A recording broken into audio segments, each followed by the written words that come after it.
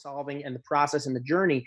And he was saying that like the reason that you made so much money was, and I think he's spot on, or in my very humble opinion, because at that point, like, yeah, let's sell to Amazon. I'll make a quick, couple $1 million in 12 months or whatever. But it almost seems like you were married to the process and the idea instead of like how much money can I make from this, and that led you to more success.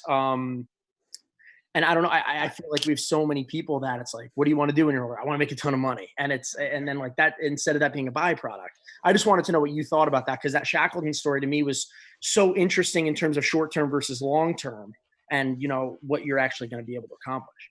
Sure. And it's a great point, but it's true. I never have been motivated by making a lot of money. That was never the reason.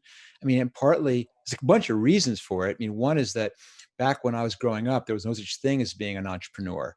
And there certainly weren't television shows and movies that it showed that created this impression that you get rich by being an entrepreneur. And because the reality is you really don't. I mean, yeah, Mark Zuckerberg does. I did okay, but the Google guy, it's like saying, I want to be an actor or an actress because I want to be rich.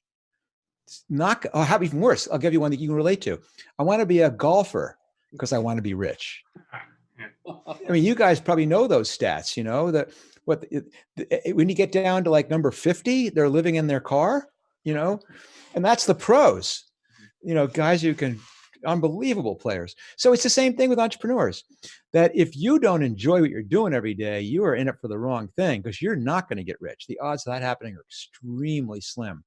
And it's not like I was 7 years old and going, I want to be rich, but it's not going to happen. I'll do it anyway. It's just, it never occurred to me.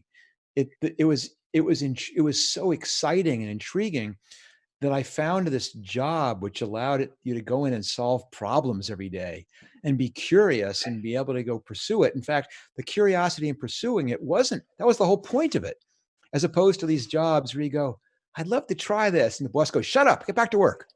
This was one where they go, awesome, you have an idea, let's go do it. I go, who wouldn't want to work at that all day? And then the money's incidental. And the other thing, and this is getting more preachy, I suppose, is like, I grew up in a reasonably affluent town. I was, pretty lucky.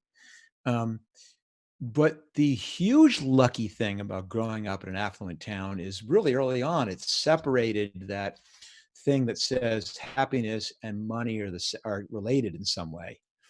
Because believe me, I saw tons and tons of really, really wealthy people who were miserable, who didn't have any relationship with their children, or they were getting the sixth divorce, or that you just quickly go, whoa, there is not this correlation here.